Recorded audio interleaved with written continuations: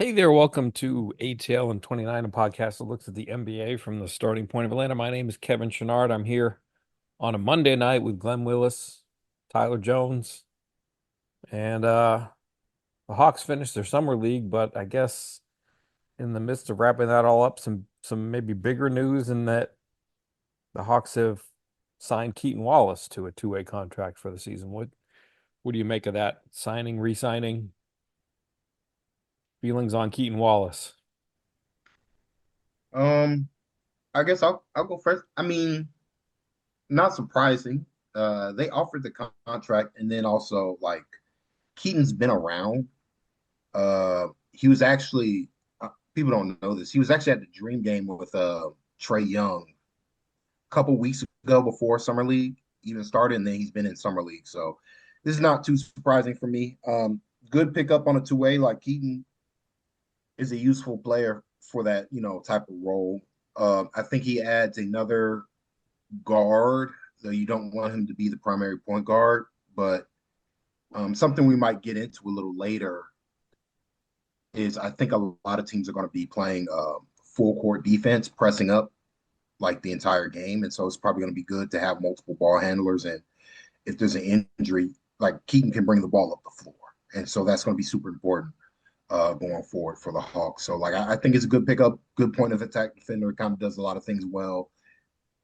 Limited as a guard, but with the amount of like on creation talent the Hawks have now, they should be okay. Yeah, you can't have too much point of attack defense, and he has good size at the guard position. So like last year, we watched sort of Garrison Matthews play next to Trey when there were injuries and things like that didn't really work out. And but ideally, you forgot a two-way last year. For some games, he was higher in the pecking order that you'd want. Again, that maps to injuries, that they had sometimes. But there was what two or three games last year that he was instrumental in helping them win in the regular season. And so he's a total pro and knows what he's doing on defense for sure. Very disruptive and all those things. And on offense, again, we've all said it before, like not the guy you want running your offense and critical point of a game, but he's pretty good catch and shoot. And he takes, I mean, we talk about all the time. He takes the open when he gets the open shot, he takes it. Um, he'll attack the paint, kick it out. So he covers the basics on offense, even if you don't want him being kind of the primary creator. So he also just fits the Hawks culture. He takes the assignment, he does what's asked of him. When he doesn't play, he's still supportive and cheering his guys on and all those sorts of things. And so, makes perfect sense for me. All right, yeah. Uh, moving on. Moving to the summer league finale. The Not going to talk Hawks. about Caleb Houston. We could talk about Caleb Houston too. Yeah, I guess it's been a while since we got there. We'll save that. We got this big finale. I didn't watch the last summer league game, so I don't know what happened. No, you didn't miss Yeah, much. it's the Kevin show. I was on the road driving home. So Kevin, Wow. talk us through the final summer league game. I mean, there was not a lot happening. Um, Tyler was just talking about teams extending pressure, and it felt like Boston kind of extended the pressure, and the Hawks just really couldn't run an offense very well. They didn't have Jurisic, they didn't have um, Kobe Buffkin, so that left a lot on the shoulders of Dwight Murray, not playing with a whole lot of creation or ball handlers next to him. And with the defense extended, it just felt like the Hawks couldn't really run an offense. It was kind of a disaster, kind of painful to watch. I didn't really want to watch it, but I felt like, I guess I'm supposed to watch this. Um, yeah, I mean, it just felt like a very low stakes basketball game when the Hawks, I think maybe they scored in the 70s for the game. I think they had like 10 points in the first quarter, or maybe like 10 points with a minute left in the first quarter. It was not a pleasant offense to watch without the creators. How did Kobe Johnson look? Just going from the stat sheet, looks like he did a few things, maybe. I mean, he looked all right. He had a couple disruptive plays on defense. He had a nice kind of look away pass where he set up a cutter going on the baseline.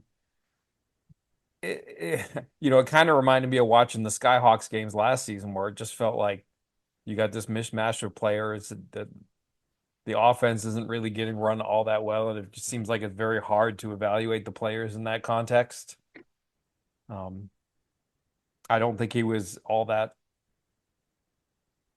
I don't think he was all that helpful in kind of getting the Hawks into their offense. Um, so it didn't seem like he added a whole lot in that regard. But yeah, he had a couple disruptive plays on defense and one nice pass, and I think there was like a cut where he got a dunk that was pretty nice, something like that. But all in all, rather uneventful. All right, let's go back to Tyler's suggestion, Caleb Houston. What do you think of that signing? Go ahead, Tyler. Size and shooting. Um, you know, he's a bigger body player that can shoot. I think he takes, to me, I think he takes Garrison Matthews' spot where if there's an injury to particularly to a shooter, so like if Luke Kennard goes out or even Reese Shea, especially Reese Shea, but like even Luke Kennard goes out, you're gonna want like another guy, and he's somebody you can plug and play a little bit in that role. I think he can be hidden defensively. I, I think he's gotten better defensively, but like he's limited due to being a negative athlete. So like there's just some stuff he can't do, but he does have the size and the length to at least get in the way, and that's important. So overall, like I just think for probably the league minimum 1 year deal, good signing. He's just the nature of an 82 game season. He's almost certainly going to play, and so you just like to have somebody in that 14th, 13th, 14th spot to be like to have a real NBA skill that he can rely on. And the fact that he's bigger than what Garrison Matthews just makes him just automatically a better defensive player. Yeah, the shooting for sure is legit. The size is helpful. The thing for me is that when you think about a guy like him, and it's always the case for a guy where he's going to be in the pecking order, whether it's 12 or whatever number it ends up being, is the Hawks adding point attack defense. Like Dyson, if he's playing on a second unit, say he's playing with Nikhil Alexander Walker, it's easier to play a guy like Caleb Houston when those two guys are on the floor, or other guys who are there. If Kobe's solidly in the rotation and doing what we think he can do consistently as a point attack defender, it makes it a lot easier to keep a guy like Houston off ball. Like last year with Garrison Matthews, it was either him getting switched onto the ball handler or him low man, can't keep him out of trouble. And bless him, he tried hard, would take charges, would do everything he could with the tools that he had.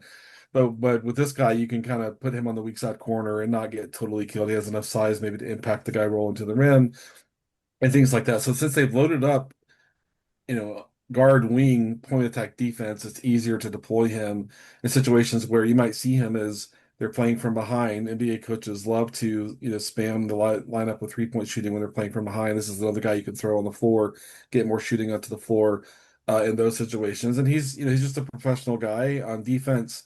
You may have heard, others talk about it, not a steals and blocks guy, but in the right place, trying to impact the play, staying connected, just kind of giving you the basics on that end of the floor.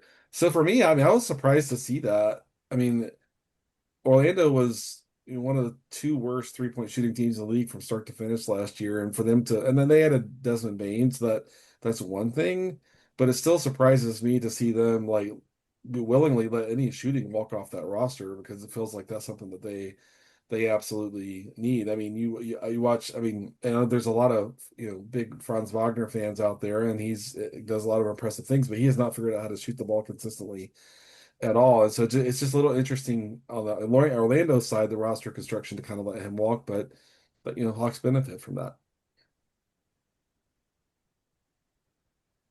Yeah, I don't have beyond shooting, I don't have like super high hopes for him offensively, but you wonder if getting out of Orlando helps. Like, is there the opportunity for him to do things as a cutter that, if you're playing in that Orlando offense, it's kind of hard to do things as a cutter because there's just so much going on in the paint offensively for your team already. I wonder if, in a better offensive situation, or if there are some things he can do offensively without the ball in his hands, without shooting, whether it be on cuts or things like that, where it just keeps him involved a little better so that he's just more than just a spot up shooter. Yeah, and depending upon like I mean, it'd be interesting to see, is he going to be competing with Veet for a rotation spot in some games, right? And you want to play Dyson on the second unit, throwing a guy like Houston, a high level shooter on the floor, just takes a lot of pressure off of Dyson. He's gonna spread the defense out more, let Dyson drive the way that he can, and things like that. And so it's just a nice tool to be able to deploy to unlock some of their second unit lineups last year, especially post Hunter trade. And now Niang helped and man shot way over his head, for his stretch with the Hawks and things like that. But to have a guy who you can put on the floor if an opposing defense is going to be like, we're not letting Dyson drive the ball. If you're running through Dyson potentially, having Houston on the floor just forces the defense to really have to spread out and create some more space.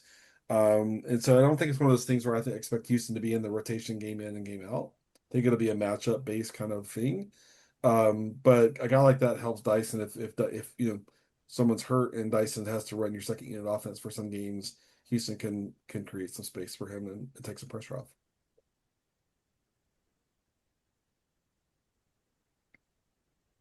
Yeah, and Kevin, your point about the offense, like that just rings that just rings a lot because I'm just thinking about somebody who's really struggled with the Magic last year's Kentavious Caldwell-Pope, and it like the offense is the bigger issue.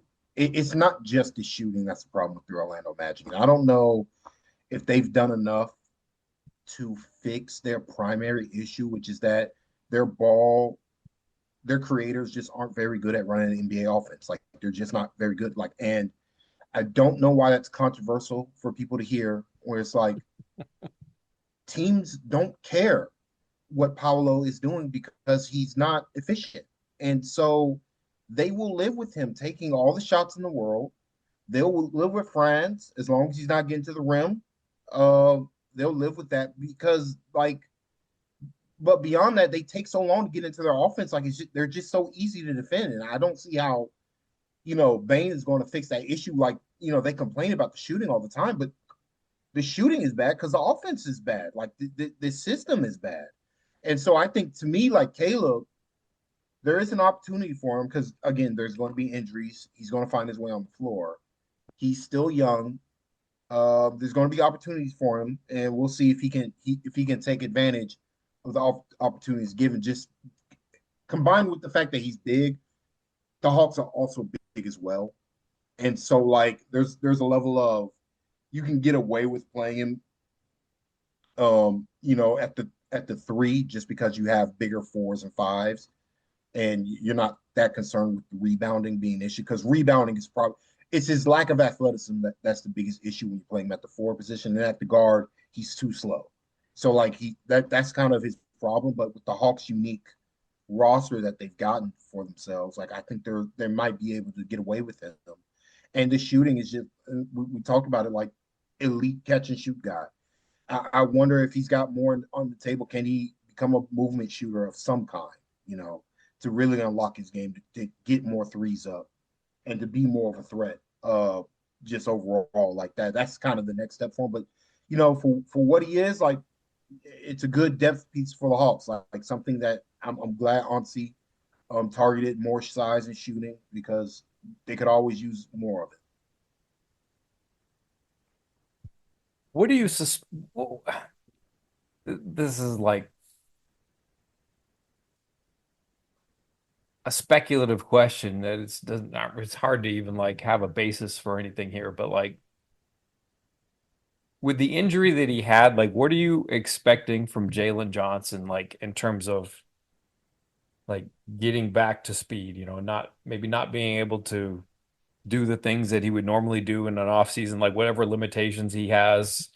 physically in terms of like lifting weights or doing things like what do you expect out of him come October? Like what's reasonable expectations for like how long it takes to get him on track? Like do you feel like it's something where he just kind of snaps right back to it? Do you think it takes a little bit? Do you think things change for him? Like I don't feel like this is like an easy injury to gauge, but it's certainly like a serious one and can change like what your preparation for a season is. And I'm just wondering what sort of you think of it or what you were expecting come October. Yeah, for me, I mean, I think the thing that comes first is the stuff in transition, the stuff that is just like his body can do, the running, the jumping, all that sort of stuff. And the edge that he gives you there is great. If it's funny, if you go back and look statistically, he still wasn't the most efficient scorer in transition on a statistical basis. So I think there's still some things to improve there when he has a defender at the rim to know how to attack the rim, not be afraid to get to the free throw line, those sorts of things. The half court stuff requires rhythm and so get kind of rebuilding a skill baseline, kind of getting that all of that again. And we talked about it a lot like last year before he went down with injury, unless he was playing with Hunter when Hunter was shooting the ball well. Bogey really never shot the ball well for any stretch while he was on the Hawks. And so he didn't really have anybody kind of creating driving lanes for him when he was on the floor, particularly without Trey. He's great in the short roll, all that sort of stuff. I think the short roll will be easy for him. He still was learning how to read defenses that were rotating defenders towards him in the short roll. So he had some bad reads at times last year, but they were ramping up the short roll reps for him. But for me, when he's playing with Porzingis, when he's playing with guys who can stretch the floor, I think he's going to have more room to drive the ball this year, and I want to see them shift. We'll see if they do, but I want to see them shift away from kind of traditional, um, pick and roll at the 3 point break, second side pick and roll. He's not that high level pick and roll guy.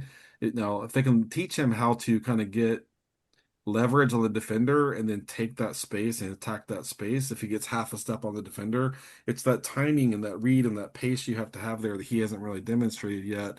That hopefully will be something he's been able to work on even when the injury is that pace and all that sort of stuff. But for me, I just want to see him take advantage of the additional spacing that's going to be there. Nickeil Alexander-Walker, you have to respect him as a shooter. And I mean, Dyson came on. He's never going to be, I don't think, a high level shooter, but he made a lot of 3 point shots down the stretch last year. Got a lot better in that regard. So for me, I want to see the Hawks deploy him, especially if Trey's off the floor, with guys that are going to create driving lanes for him. And I want to see him like be 3x aggressive, not always be a finesse finisher at the rim. There's times where that's what you want. But I just want, and again, I talk all the time, you can't always expect players to become a different human being. And he seems to be wired for look for the pass, be a facilitator, be selfless. And I think what they have to do is kind of figure out is what is the way to implement within him more aggressiveness and to realize what his physical tools will allow him to do that he hasn't really been leaning into enough in the past, in my view. So the natural stuff, the running, the jumping, the lobs, all that sort of stuff should be there pretty early on. It's gonna be interesting to see what they intentionally designed for him, rep wise, role wise, as the season starts to get. That's what I'm interested in seeing.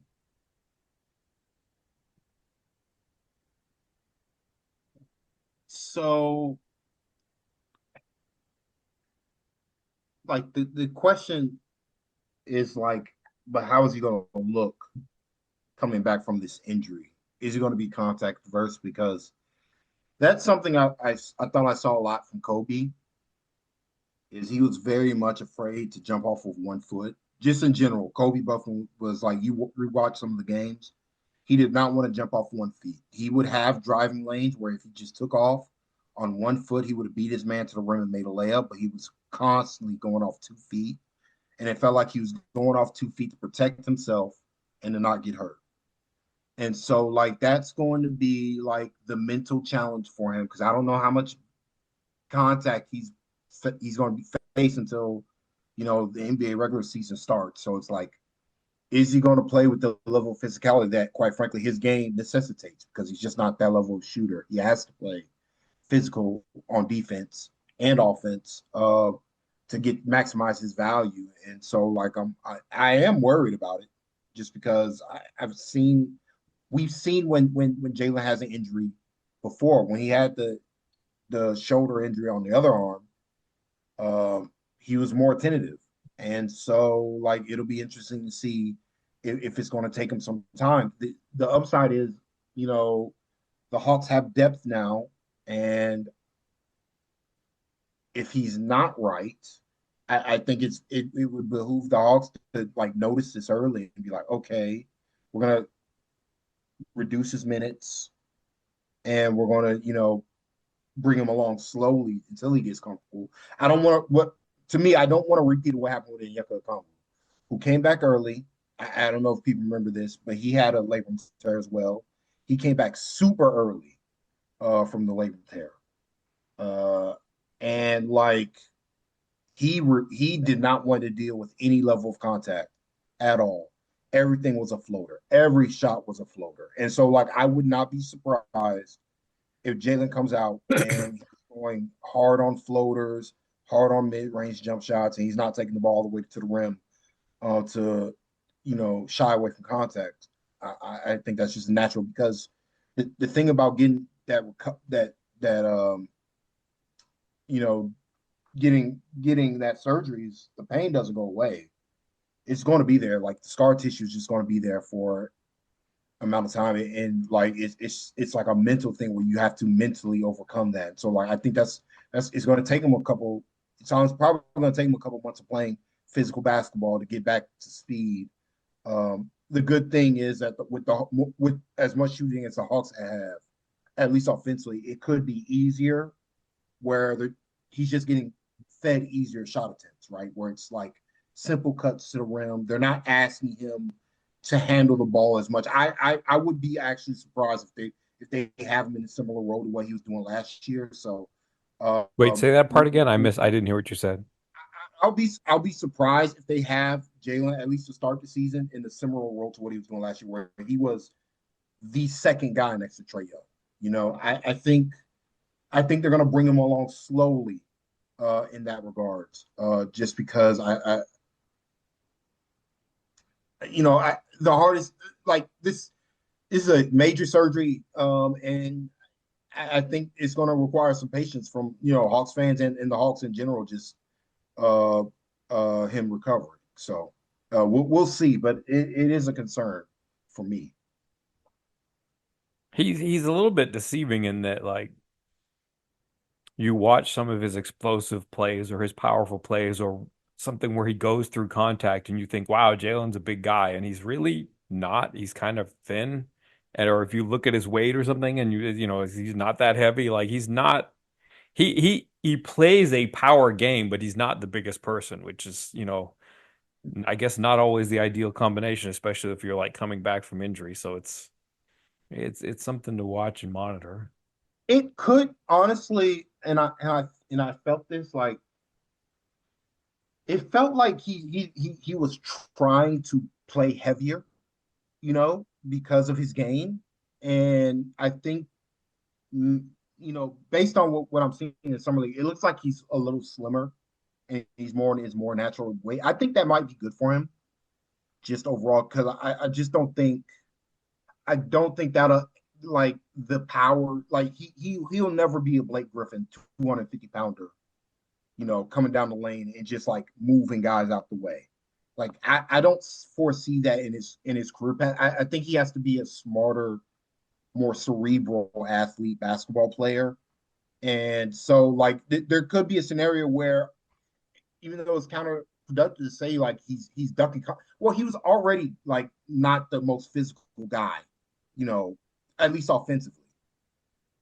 Maybe this forces him to be smarter in how his shot attempts go, where it's like he's not looking to score as much, which could be a good thing, where he's more selective in what he's trying to do in the role he's trying to be. Because I really do believe like one of the big things about getting KP is that you got a real second scorer next to Trey Young, and that kind of just knocks everybody down. So it's possible where Jalen he's playing a little bit differently, but he's more efficient just because of the role that he's in is more natural to his natural playing style, where they're not forcing him to be like a LeBron James Blake Griffin type of 20 plus point per game scorer, where he's more of a Sean Marion type of cerebral offensive player, cuts, passing, uh, still a threat in the short roll, still a threat in the pick and roll, still a threat as a lob threat, but like not really being asked to be that second creator, if that makes sense. Are there any leftover thoughts on Summer League or summary thoughts that you want to put together here after, watching? I know you didn't see the finale, but there was that win over Memphis for their fourth win that I think has gone down since the last time we talked. Any sort of leftover thoughts having watched Summer League about, at least for the players, the roster players who might impact the Hawks next season? I mean, yeah, I mean, for me, it was just, watching up close, it was just, watching the team just grind. They just, they get down, they just grind and grind and grind and grind, just keep working, keep all those sorts of things. And it's funny, it's like, I felt like I was sitting in the pre-coaches challenge there. Like Brian Bailey did not care about a coaches challenge at all. Like that was not a thing, did not exist, not something he was focused on at all. I'm not even sure that anybody who was like looking at plays, they were focusing on kind of what they're doing on the floor. But I mean, the rehash is, we talked about Kobe being really, really aggressive and that being a good place for those reps. We talked about that. Jacob Toppin, the defensive capability that he showed, I think he's going to help this team this year. And how big or how much or how little, we'll see. But the defensive capability that he showed there, and Njai was in the one game we showed was all over the place defensively, and so I feel like this team has like some serious depth, and then part of that depth was all three guys in the two ways can play in the NBA game, and that's a real thing, and that's not always been kind of where they've been, up until the last couple of seasons. So for me, it's like I felt like what they're establishing is culture, culture, culture, culture, culture, right? Just do the assignment, do what's asked of you, put the team first, play hard, keep grinding, keep working, and we're gonna come back and win this game. And even though last year the Hawks were undermanned, they'd be down 20 in the third quarter and they would still just kind of be focused on the task at hand and trying to see what they could do. And there's a muscle memory that comes from that, right? And from organizationally, roster wise, across the team, and those things. So even aside from the impressiveness of some of the players that we saw, for me, you can tell the Hawks are trying to establish a culture where it's team first, and that's what we're pursuing. And you accept the role, you accept the assignment, you take the ask, you embrace it, and you go out and do the job and do the work. And that was evident every second that team was on the floor. Every single second that team was on the floor, you saw that culture, and that's what was cool to see up front for me. For me, I kind of want to take the macro look because I brought this up earlier on the pod, but like every team was playing press up, every team was playing hyper physical defense. I think a lot of teams seen what the OKC Thunder built, what the Indiana Pacers did to get to the finals, and they're like, we can do that.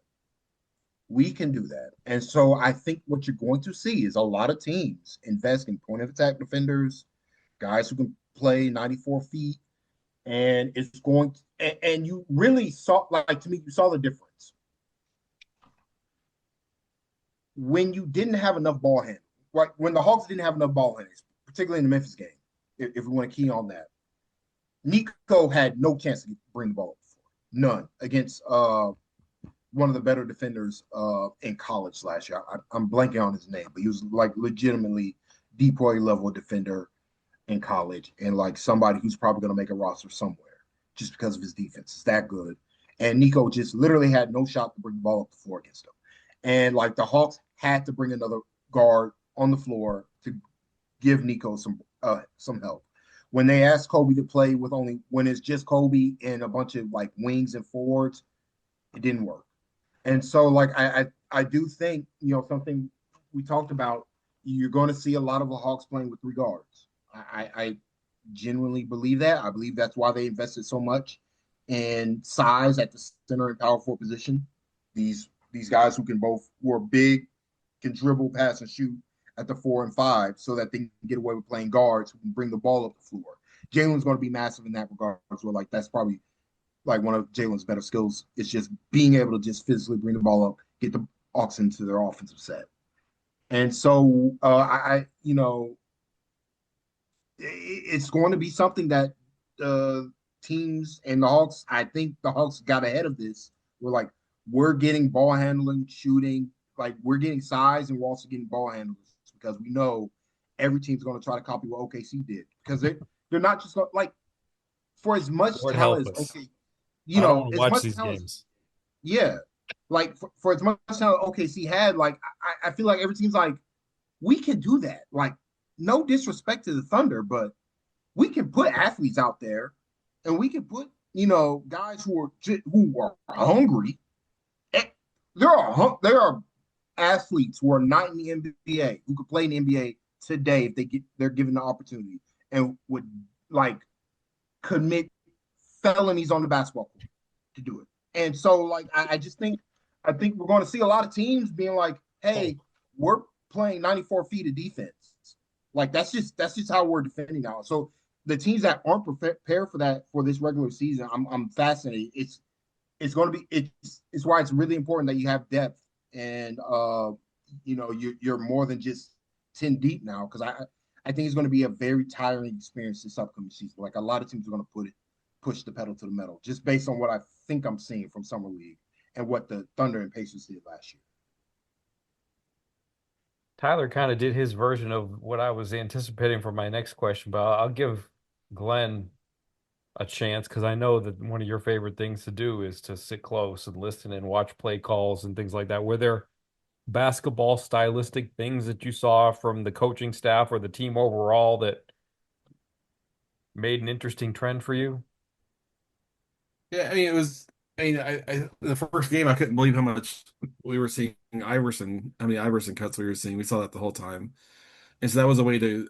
I mean, coaches use all sorts of techniques to. They'll use a wedge to get a guy on the side. They'll use what they call two out, get a guy on the side. But they were using Iverson cuts to move a guy all the way across from one side of the floor to the other, have a little time and space to kind of create there. So that was an interesting technique.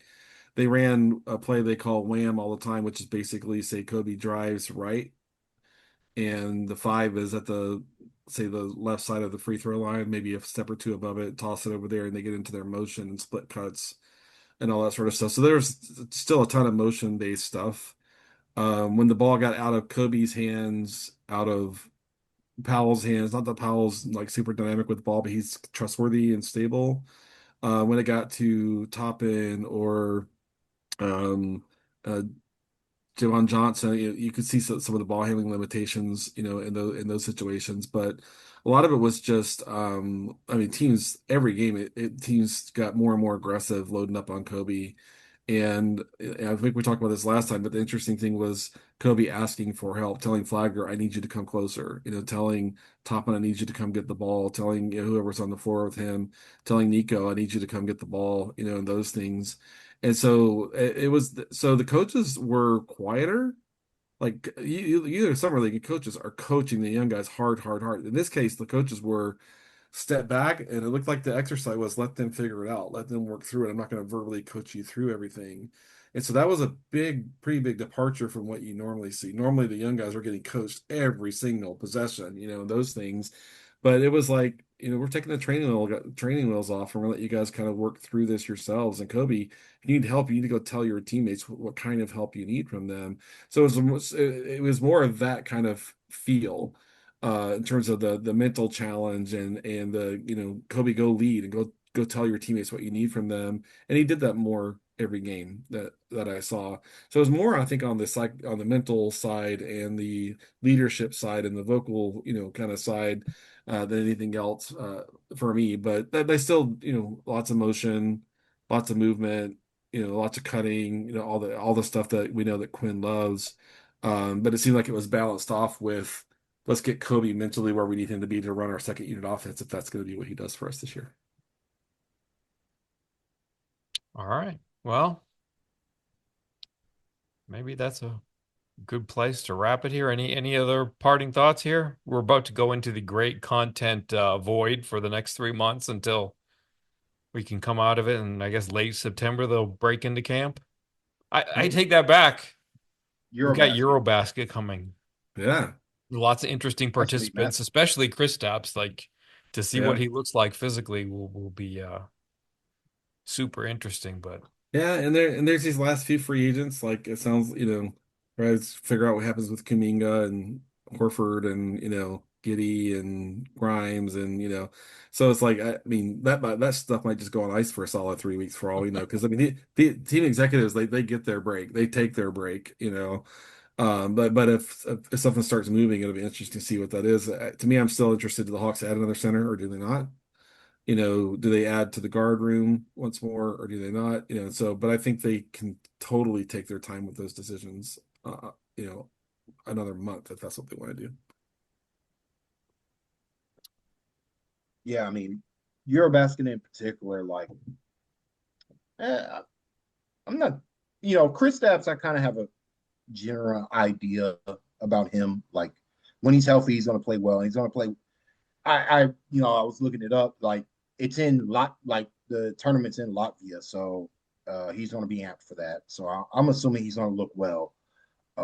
If what he says about his health is legit, and I believe him. So yeah, I'm excited to see him, but I'm really more excited to see Ricochet. Honestly, like I think it's a big opportunity for him considering the lack of talent on that France team. Honestly, yeah, at least they're they're pretty bereft of mhm.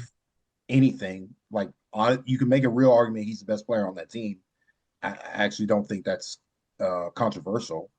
And so like, is he going to take that team by the reins and like look to do more, look to be more than just a catch and shoot guy, a guy who scores in transition? Like, is he going to look to be a better rebounder, get shot, a better shot blocker, get steals, run a little bit? Like, where is he physically as well? Like, that's what I want to see from him because it seems like the Hawks. It seems like he and based on his words, like I think this is something that he's really excited about playing for the national team, and so I want to see if he's willing to take that ownership of, hey, this is my team. Understanding that he's still a young guy, but like, you know, opportunities like this don't come around, you know, for basketball players that often. Like if you're willing to take it, you can keep it. Like you can be the guy for France for the foreseeable future. Because honestly, I understand Wemby is great and all, but like you're a perimeter player and you just have the ball in your hands more than a center will ever have it. So it's like, do you want it or not? And so we'll see. We'll see how he looks in Eurobasket. Yeah, I wouldn't say France is bereft of talent, but it's like France could be if they have everybody like the one real deep team in that competition, and they're just not going to be because they don't have Wembanyama and they don't have Gobert, so should be fun. All right, well, thanks for joining me, and good night, Bob. Hey, Good night, Bob. Bob.